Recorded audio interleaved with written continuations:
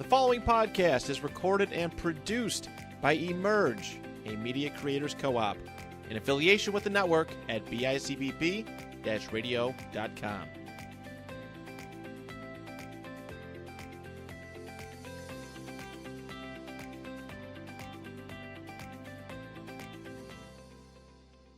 Everything Podcast, a podcast of the Upward Niagara Chamber of Commerce. I'm Chamber President Jennifer Pauley, and we're here for another episode of our podcast featuring our members throughout our organization. And this week is a special week because we have John Cooper Jr. from the Niagara Gospel Mission. He's the executive director here with us. And I have to tell you, I've had an opportunity to tour the Niagara Gospel Mission, and it is an amazing building with a lot of history and a lot of great work that has been done throughout the years to make it what it is today. So just a little background behind the Niagara Gospel Mission and behind John before we get into our great conversation.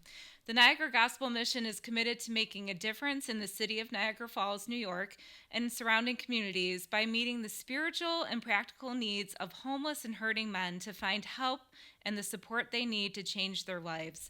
The mission is to glorify God by sharing the life-changing good news of Jesus Christ while caring for the needs of our community through his unconditional love, mercy, and grace. And John Cooper Jr. is the director of that. He has been able to come full circle back to Niagara Falls from the area. He is a Wheatfield native, and his family has been in Niagara Falls area since 1790. 1790, that's insane. John has ministry experience with preaching and homelessness in Niagara Falls, Watertown, Hawaii, and Afghanistan. He has served 6 years as a sniper in the U.S. Army and 1 combat tour to Afghanistan. He has a bachelor's degree from Clark Summit University and is pursuing his MDiv at Liberty University. He and his wife Elizabeth live in Niagara Falls, New York, with their 3 children, John Wayne, Michael, and Samuel. And I'm reading this. You're also expecting another boy in August, and I can tell you as a mom of 4 girls, 4 boys, my goodness. I don't know what you're in for. I could tell you, what you're in for with 4 daughters, but the sons, wow, that's going to be such a fun household. One more thing, just outside of John's work, school, and family life, he also enjoys helping fellow veterans in any way he can, and he loves jiu-jitsu. We'll get into that. He also has authored his first book, which is currently being published. What better person to be at the helm of Niagara Gospel Mission than you, John? What an experience that you've had throughout your life to be able to bring you to where you are now, leading such a great mission and such a great organization. So welcome to the podcast. Yeah, well, thank you. And I know myself, so I can think of 1,000 people who will probably be better. No, it's great. I had the opportunity, like I said, to tour Niagara Gospel Mission. And if you're unaware of where it is, it's downtown Niagara Falls, off of Main Street. It's on Portage, but it's where how can I say it? The Y coffee shop. That's the best place to landmark to let people know where it's at. And it was the former YMCA building. Yep. So how, does a former YMCA building become the Niagara Gospel Mission? This has been, there for a while. How did that happen? So the Niagara Gospel Mission started in 2007 in an RV, and it would Sean Smith and Rich Newman, 2 of the founders, would drive up and down the streets. They would hand out meals to the poor down the streets, and they would do evangelism. They eventually got a house on Ferry Avenue, and that house housed a recovery program and then had the emergency shelter, which would happen after dinner. So they'd serve dinner in the community, and they'd pack up all the tables. And this is when I got involved back in 2011 before I went in the Army. And we'd pack up the tables, put them to the side, and then we'd lay out mats, and guys could sleep. But when the YMCA was being sold, Mayor Deister came to our board and said, I think you guys would really benefit from just looking at this opportunity. And, we still got barely 2 pennies to rub together, but at that time we really didn't have 2 pennies to rub together. And they went to the YMCA and said, this is what we do if we got this building, and we can't afford to pay you. So they left it on the YMCA hands and in God's hands in prayer, And eventually the YMCA came and they gave it to the Niagara Gospel Mission for $1. And the reason for it was, and you asked how does the YMCA become the mission, is the president of the board at the time, he said to Sean Smith, he said, you guys are more in line with the original vision of the YMCA, the Young Men's Christian Association, where they were taking young men who didn't seem to have any direction in their life, and through involved in Bible studies and athletics, we're showing them a way forward. So obviously we're not really an athletic association like the YMCA, but it's the same sort of thing. We're taking directionless men and in the future women and saying there is a way forward. You don't have to stay here. Whatever circumstances brought you here in the past, we can show you a way forward. And that is really how the Niagara Gospel Mission got the YMCA building, but also how we're bringing it more in line with what that original purpose in 1920 when that building was built.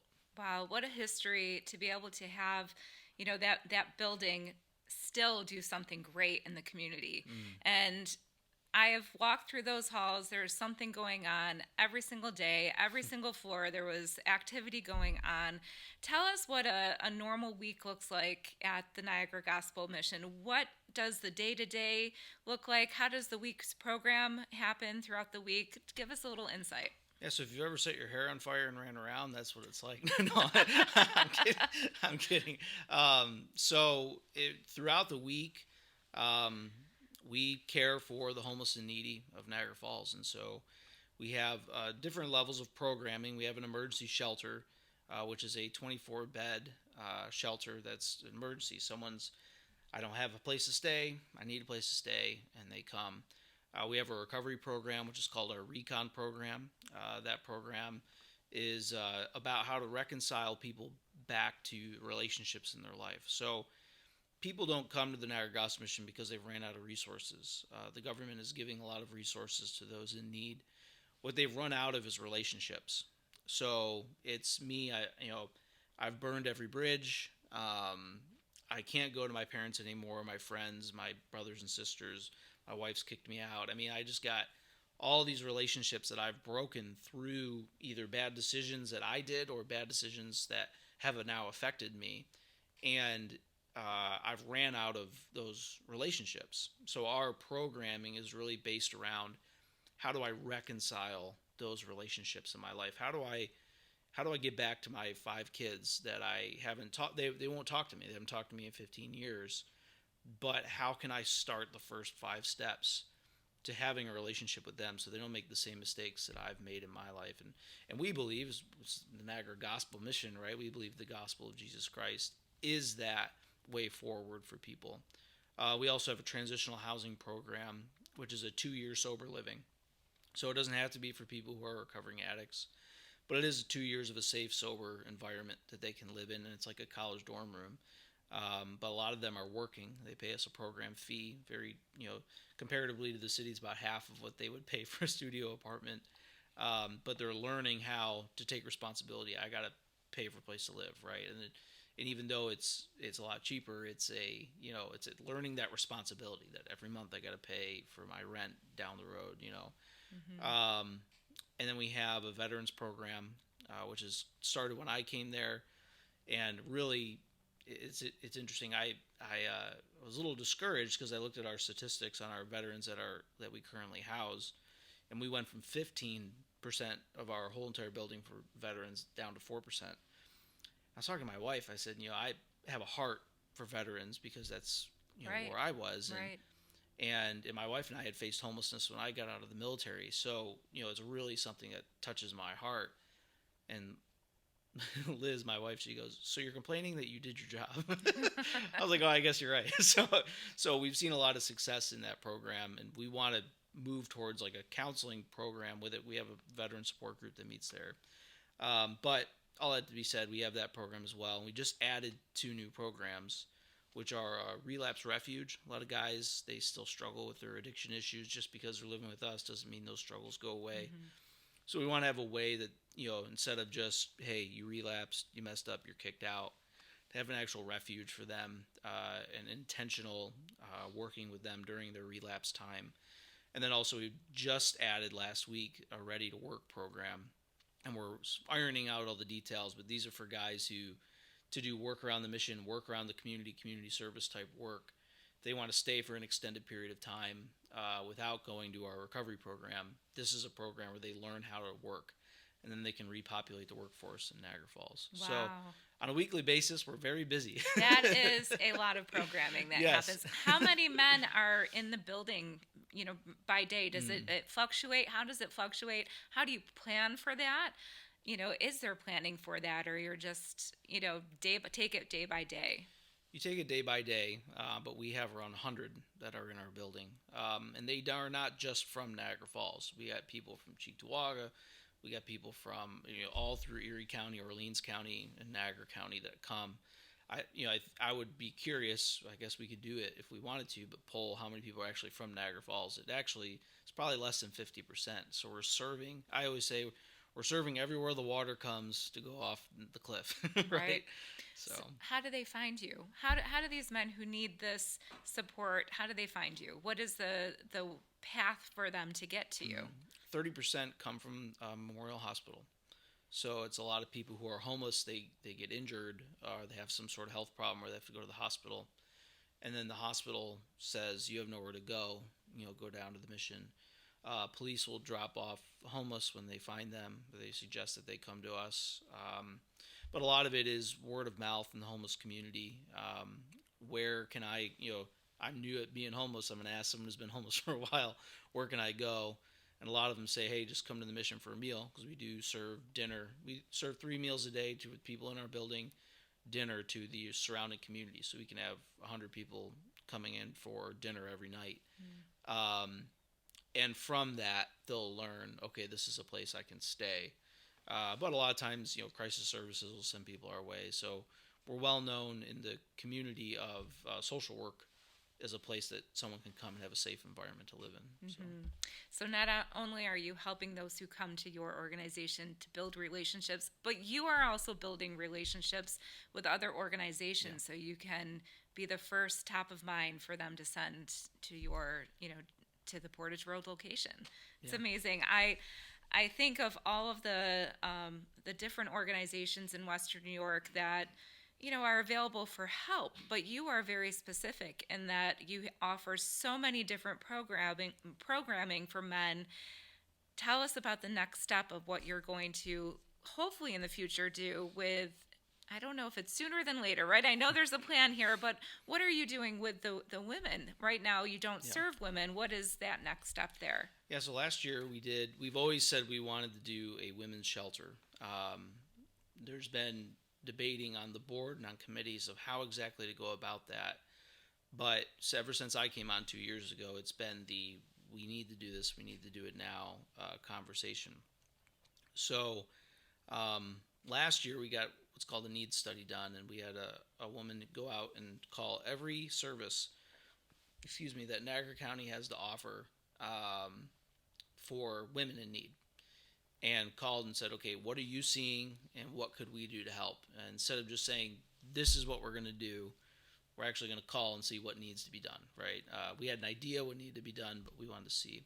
And what we found from that study is that 109 women a month in 2020, halfway through 2022 to 2023, 109 women a month were calling for services and were denied services because of the lack of need, of services. Now, that's not to say that these other services are doing a bad job.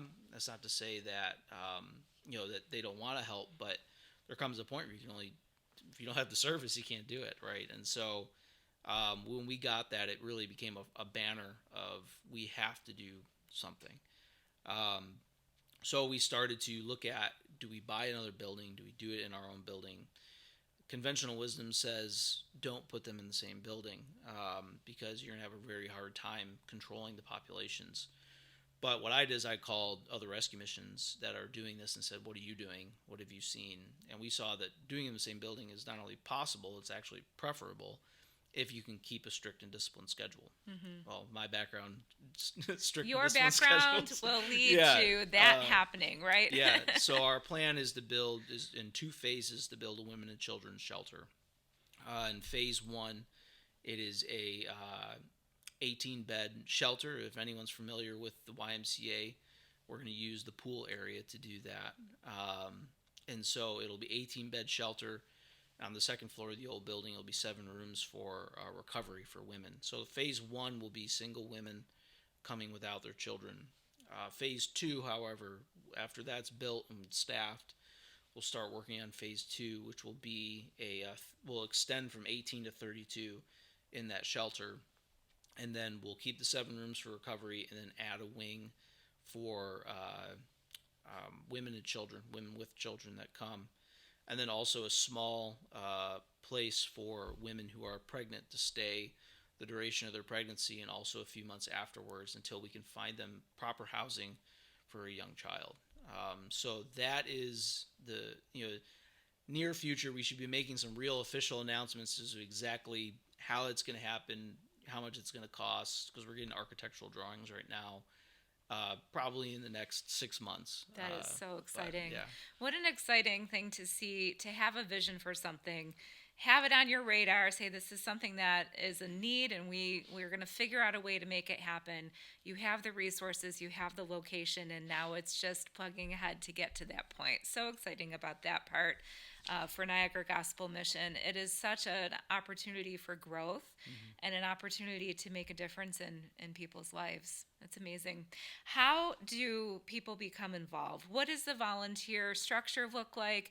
Can you come in and offer services? Can you come in and give of your talents, your time? What is the volunteer opportunities? Yeah, there are tons because we have 2 full-time staff. So everything. Yeah, so I mean, if you can imagine running a place like this on 2 full-time staff, it's a lot, and we have a lot of part-time staff too, and all our staffing is great, but we really love our volunteers.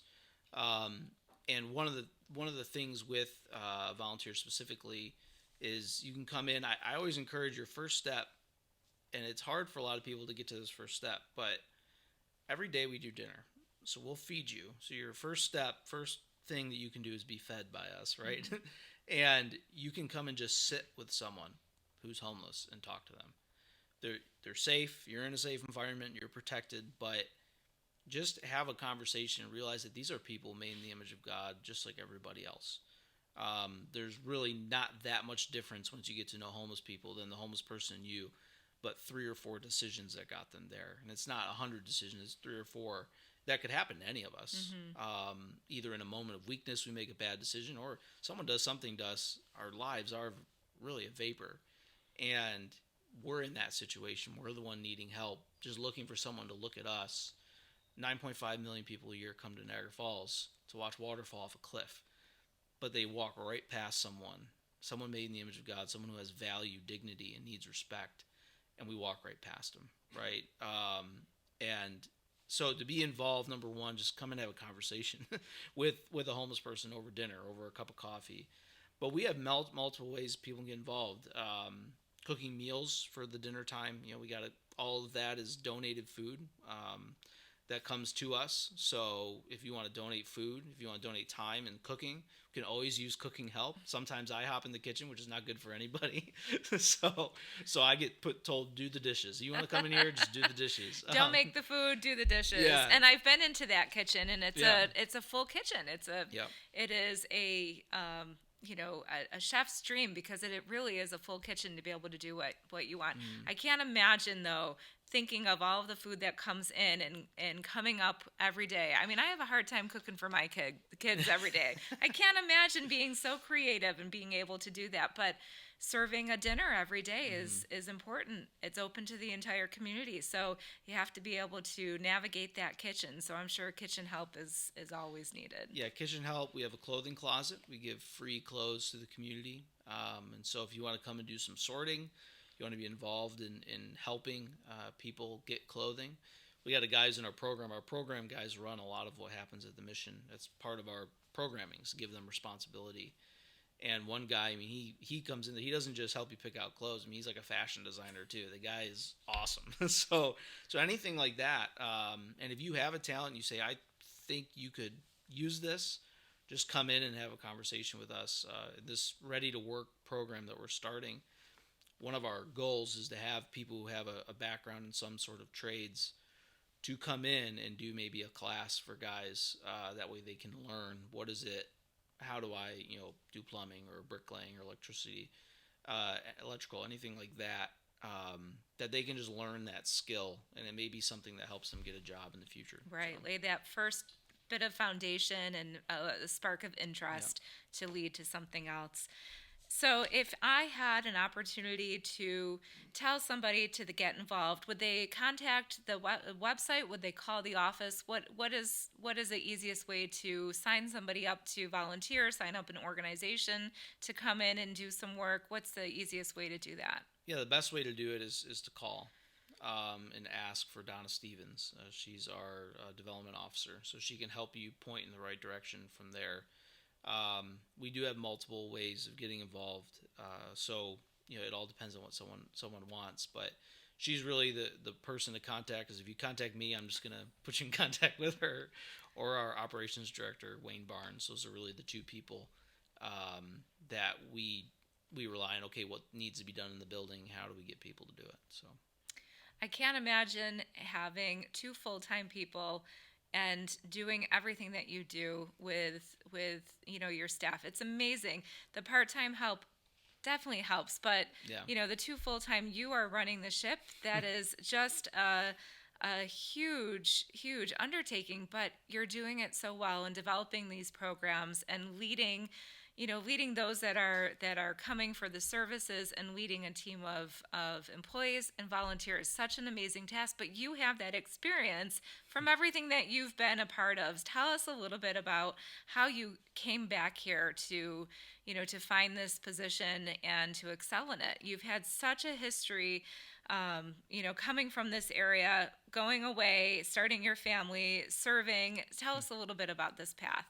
Yeah, so I was involved in the mission in 2011. I had been kicked out of college when I was halfway through for drugs and too much drinking. So I had a little bit of the background that the guys had, not to the extent that they went down. I'm very fortunate that I got kicked out, and I had parents who said, "You mess up one more time, you're going down to the mission," not to volunteer, and really forced me to reconcile my relationships with God and with everything around me to get to that point where I was, okay, I'm not living in the mission, I'm volunteering at the mission. But that experience, I went back to school, finished my bachelor's degree, went to the Army. And what really hit me with the Niagara Gospel Mission is I always had a passion for homeless because of what I had done. So when I was in Hawaii, we would hand out sandals and sunscreen and just talk with homeless people. And Hawaii has a massive homeless population. And then when I was at Fort Drum, we did specifically with homeless veterans. We did a lot of outreach, especially with those who were suicidal, trying to be the interdiction, so to stop, to show them there's hope, they don't have to commit suicide. But when I went to Afghanistan, and I was in Kabul about a year before the pullout, so where those Marines died during the pullout, we patrolled that area every day. We were in a very little special operations outpost. And, just doing a lot of, it's a war-torn city, right? And then I came back on leave. I came home from Afghanistan, and then I finally came back home here to, be with family. Then I was driving around Niagara Falls, and I was like, this is not that much different than Afghanistan. The old Mount St. Mary's building looks like an RPG hit it. I mean, it's got a massive hole in it. Right. And that's what happens to a building when a rocket hits it. There's a lot of rundown buildings. There's a lot of people walking around the streets homeless. Unlike the movies that you see in combat, there's civilians that are everywhere that you have to take an account for. So you're seeing the civilians there and the civilians here, very similar, walking around directionless. They've lost their livelihood. They've lost everything because they're in war. And here we're really in a war, not in so much of a military conflict, but a war with people who just don't have a direction in life. They're hopeless.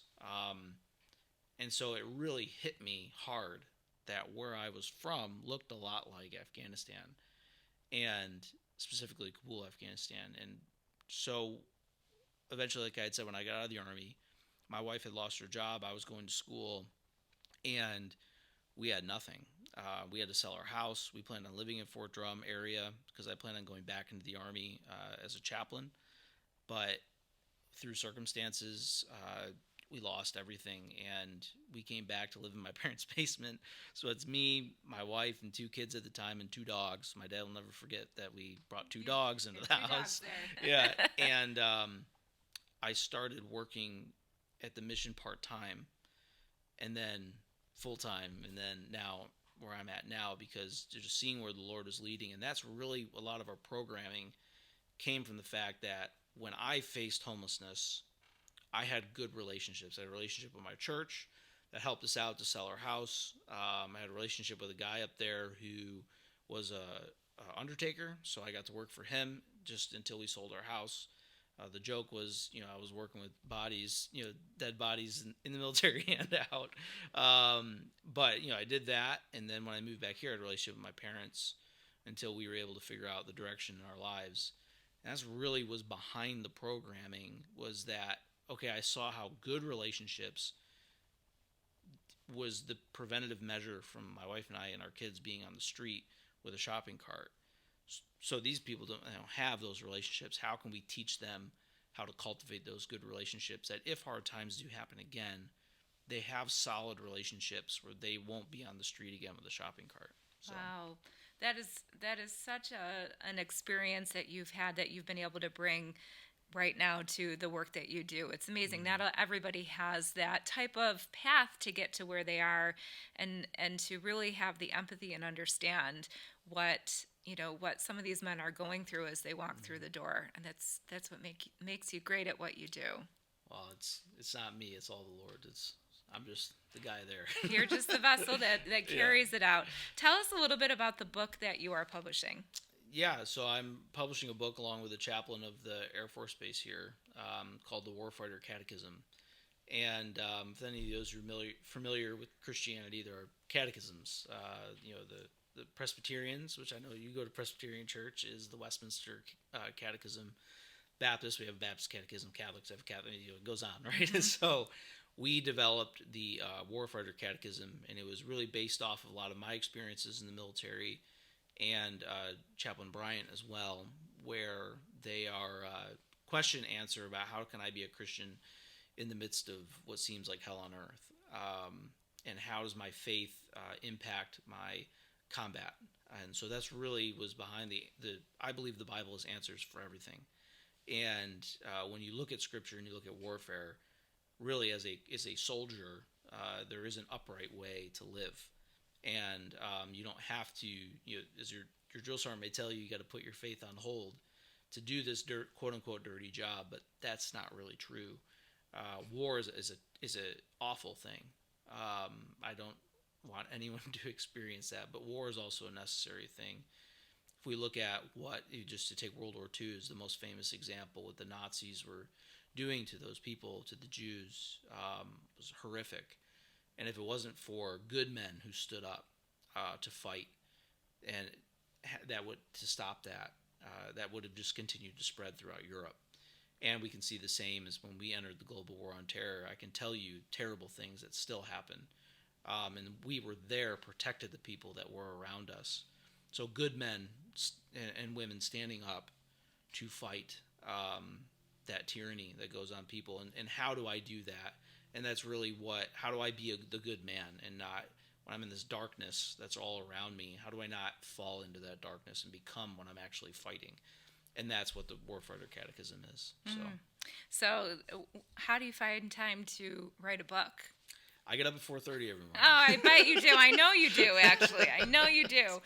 You've been able to do a program every Monday, a video with an update, and you've also had an opportunity to do some rucking to raise some funds for the mission. Tell us a little bit about how that started and where you are, where you finished, and where that's going. Yeah, so the unit I served with is the 2nd Battalion, 22nd Infantry Regiment. That's the unit I deployed to Afghanistan with. And they're just a quick thing about them. Their motto is deeds, not words. And that is a motto that sticks to me today. We can talk. We've all heard people who talk about what they're going to do, and they never do it, right? And the motto of our unit was deeds, not words. And, actually, do what you're going to say. I don't believe you until you actually do it.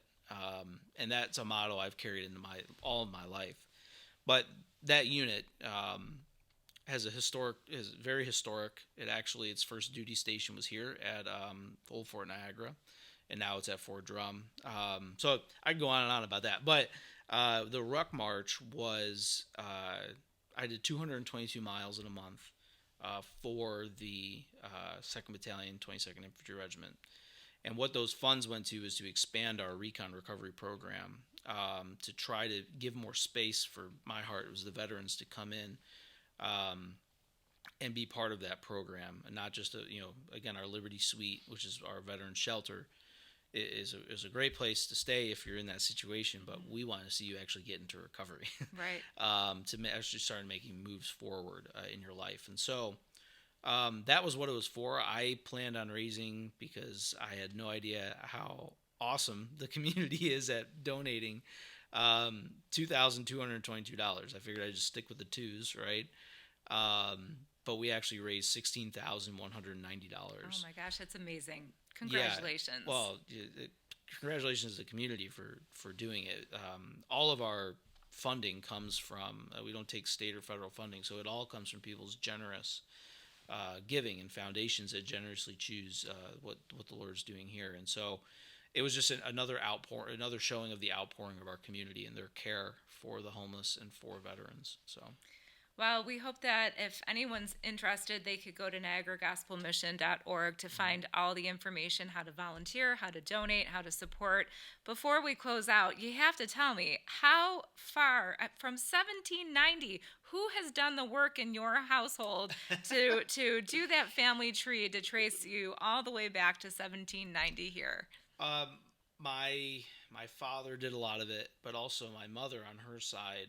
So on my father's side, the Cooper side is what's been since 1790 here, and they were in Pennsylvania during the Revolutionary War.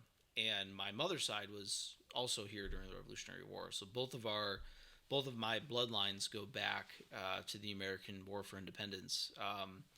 I forget how my father's side got here. I forget what the circumstances were that brought them here. But my mother's side, it was at the time in the 1600s. Oliver Cromwell was the protectorate of England, and he sent my ancestors here. They were Scottish. And he sent them over here to defend the Puritan outposts that were here. So that we're talking like Mayflower time, and they weren't on the Mayflower, but we're talking like that time period. And then they fought in the Revolutionary War, and someone on either side of the family has fought, and I think in every war but one that America has been involved in. Wow! And so it's a very proud lineage that I'm very blessed to have that lineage here, and to have served myself, but also to now serve our community is a blessing. So. Yes, what a legacy to be able to have, and it's going to continue on with 4 sons. The fourth coming in August. So yep, Nehemiah is his name. So best of luck to you. It's going to be a fun household, I can tell you that. With 4 daughters, it's a lot of fun. With 4 sons, boy energy is much different than girl energy, and there is never a dull moment in the house with boys, that's for sure. Yeah, before here, we were playing swords in our living room before I took off. So. How fun, how fun.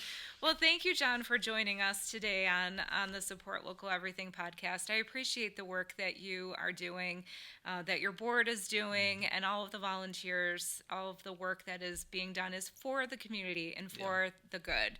And you're changing lives, and not everybody can help do that. You are the perfect person to help lead that. So we appreciate all the time that you have taken to let us know a little bit about Niagara Gospel Mission. Again, if you can support and volunteer, visit niagaragospelmission.org or stop by. It's right on the corner of Portage and Main. You go to the Y coffee shop, you're almost right there. Yep. Easy to get to. Ring the doorbell to go in. John, is and his staff will show you around. It's just been a great opportunity to learn a little bit more about programming and what you're doing to change the lives. So I appreciate you. Thank you for being here. Yeah, and thank you for having me on. So Thank you. So tune in next time for the Support Local Everything podcast. If you're interested in being a guest on the show, just let me know. We'll get you on. And again, we will remind you to please share this podcast with anybody you can. It's on Apple, Spotify. It's online at YouTube or wherever you find your podcasts. And until next time, we'll see you later.